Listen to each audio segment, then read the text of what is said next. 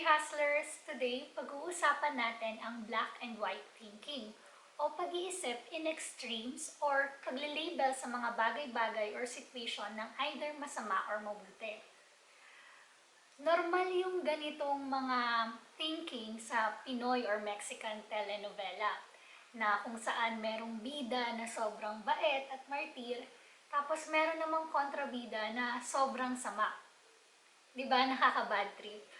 Pero bukod sa nakaka-bad trip, may negative effects ang black and white thinking. Isa sa negative effects ng black and white thinking is yung mas pinapalala niya o mas pinapalaki nito yung problema.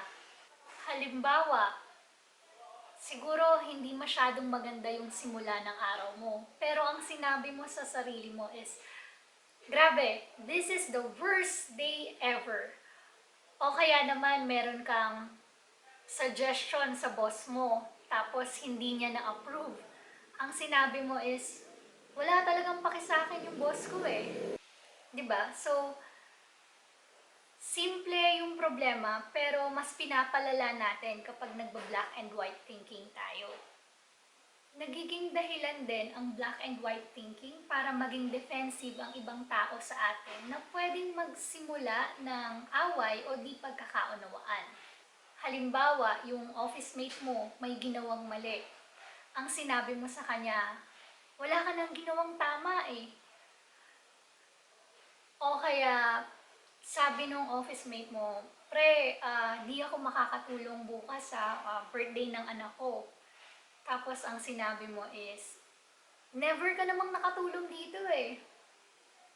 Siyempre, kapag ganun yung sinabi mo, the other person will feel attacked. Oo, may time siguro na nagkamali yung office mate mo or hindi tumulong yung office mate mo. Or meron talagang time na intentionally hindi sila tumulong, pero ang sabihin na never silang tumulong, it's an exaggeration. And syempre, anyone will feel offended by that. Kung marami palang negative effects ang black and white thinking, bakit ba natin to ginagawa? Isa sa dahilan kung bakit tayo nag-engage sa black and white thinking is dahil ini-excuse tayo nito sa responsibility natin na mag-take action sa mga nangyayari. Halimbawa, kung wala palang kwenta yung office mate mo, lost cause na yun, wala ka nang magagawa. Wala na siyang kwenta eh. Or kung yun na yung worst day of your life, paano mo po masasave yun? Worst day of your life na eh. Kumbaga, dead end na yun. So, black and white thinking somehow makes you feel na you're the victim of your circumstance. Na, kawawa ka naman, wala kang kasalanan, naipit ka lang. So, in a way, it feels good kasi you're excused from the responsibility na mag-take action sa mga nangyayari sa'yo or sa paligid mo.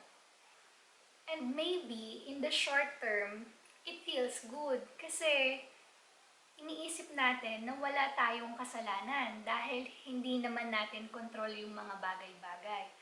Pero in the long run, it damages our way of thinking eh. And nagiging pangit yung mindset natin. Another reason kung bakit tayo nag-i-engage sa black and white thinking is dahil ginagawa niyang simple yung problema. Dahil pag nagpa-black and white thinking ka, nililabel mo yung problema as either masama or mabuti. Kumbaga nabobox out mo siya. Halimbawa, kapag may nagkamali, sasabihin mo, tanga kasi siya. O kaya pag may nagnakaw, kasi masama siyang tao. Ang daling gawin ng black and white thinking. Pero hindi totoo tong pag-simplify ng black and white thinking eh. Isa tong false simplicity. Dahil ang tao, ang relationships natin sa isa't isa, at ang buhay in general ay complex na hindi mo lang pwedeng sabihin na this is bad or this is good. The reality is, life is full of complexities. Okay, so now, paano ba natin ma-address ang black and white thinking? Una, pansinin mo yung mga signs na nag-engage ka in black and white thinking. Ako, guilty ako dito. Pansinin mo kung lagi kang gumagamit ng words na sobra, grabe, lagi, always, never, puro. These are words na signs ng black and white thinking. So, kapag ka napansin mo yung sarili mo na nag-engage in black and white thinking, palitan mo yung view mo to a more moderate one. Halimbawa, kanina yung example na may office mate ka na nagpaalam na hindi siya makakatulong sa trabaho. Instead of sabihin mo na, never ka namang nakatulong talaga eh. Kausapin mo siya na, pre, actually, pagka nag-excuse ka ng sarili mo kasi hindi ka makakatulong sa work, nahihirapan ako eh. Meron kayong way para maplano natin to na parehong mag-work for you and for me? Instead of painting the other person as an asshole kapag meron silang ginawa na hindi mo gusto or sa tingin mo ay mali, work with that person kung paano ma-address yung nagiging epekto nung ginawa nila. Work with that person, sabihin mo kung paano ka naapektuhan nung ginagawa nila or nung hindi nila ginagawa. And last is, kailangan nating taasan yung tolerance natin for discomfort and ambiguities. Kagaya nung sabi ko kanina, ang tao, ang buhay, ang relationships natin sa isa't isa ay puno ng complexities. At ang bawat isa dito ay nakakatulong para mag-grow tayo as a person. May mga ambiguities in life na hindi natin nagigets ngayon or maybe until we die. Pero we have to live with it and acknowledge na hindi natin naiintindihan yung nangyayari.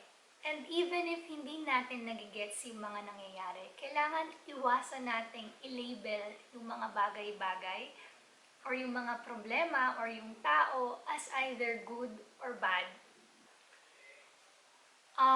Kayo, tuwing kailan ba kayo nag-i-engage in black and white thinking? And ano yung plano nyo para maiwasan to?